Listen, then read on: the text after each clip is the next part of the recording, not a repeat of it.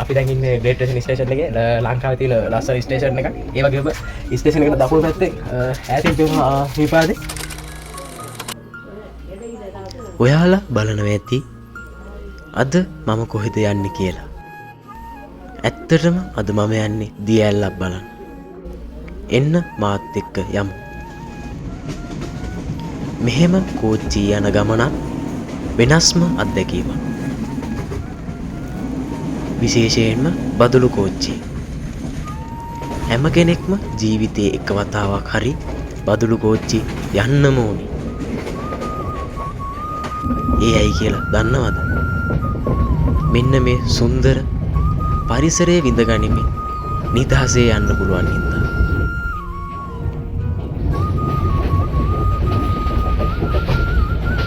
බලන්න කොච්චර ලස්සනද.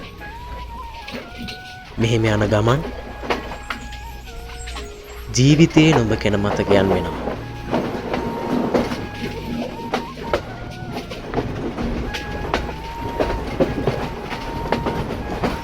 තව ටිකකින් ග්‍රේට් රේෂන් වලදී කෝච්චිය නවත්තනවා.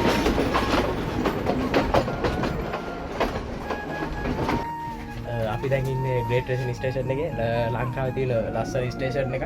ඒ වගේම ස්ටේෂන් එකට දකුණු පැත්තේ ඈතින් පේනවා හිපාදේ. ලස්සන තැනක්.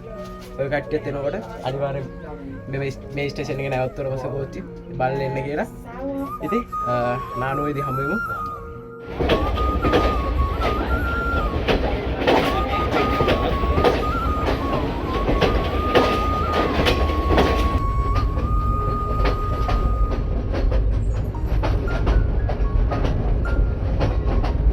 කෝච්චි ඇවිල්ලා නාඩෝ ස්ටේෂන් එකෙන් බැහැලිවල්ලා ටිකක් දුර ආවා. අපි දැන් කොළඹ පැත්තට එන්න එද්දි මෙන්න මේ වගේ පාලමක් තියෙනවා.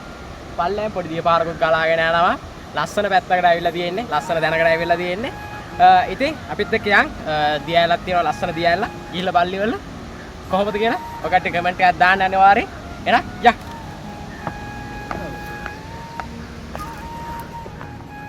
අර පාලවල ඉඳලා ටිකක් දුර ඉස්සරහට යනකොට පහළට පාරක් තියෙනවා. ඒ පාර දිගේ පල්ලයට ආවට පස්සේ ටිකක් දුර එන්න ඕනේ. ආවට පස්සේ මේ වගේ ටී ෆැක්ටරි එකක් හම්බ වෙනවා. ටී ෆැක්ටරියේ තව ටිකක් දුරක් විතරක් යන්න තියෙන්නේ.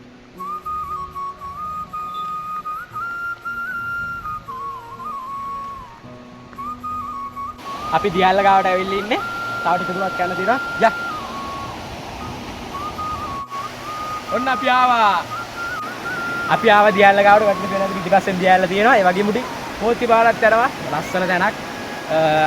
ඔය කට්ටියත් නුවරඑළිය එනවා නම් මෙම ස්ථානෙට එන්න කියලා. ලස්සන තැනක්. මොකද ඔය කට්ටිය මෙතන හැම වෙලේම සංචාරකයෝ ගැසෙන තැනක්.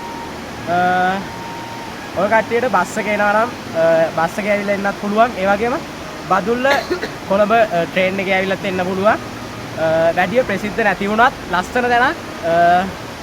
ඉතින් ඔය කට්ටියත් කවදාවත් දවසක ඇවිල්ලා මේ දේවල් විදලා යන්න කියලා කියනවා.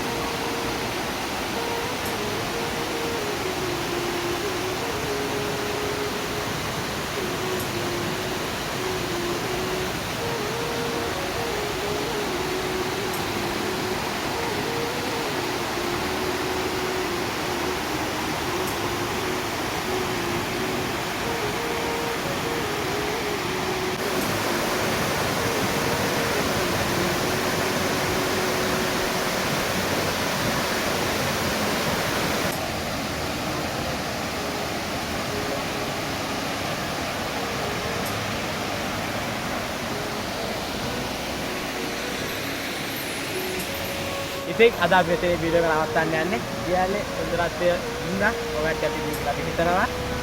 ඉතින් ඔයගොල්ලෝත් එන්න අයින සුන්දරත්වය විදලා යන්න. ඉතින් සොඳුරු ගමනාන්තයේ ලස්සන channel එකක්. අපේ වීඩියෝ බලන්න ඕන නම් තවත් ඉදිරියට ඔයගොල්ලෝ ගිහිල්ලා නැති ලස්සන තැන් වල අපි එක්කන් යනවා. ඉතින් සොඳුරු ගමනාන්තය ෆලෝ කරලා තියාගන්න.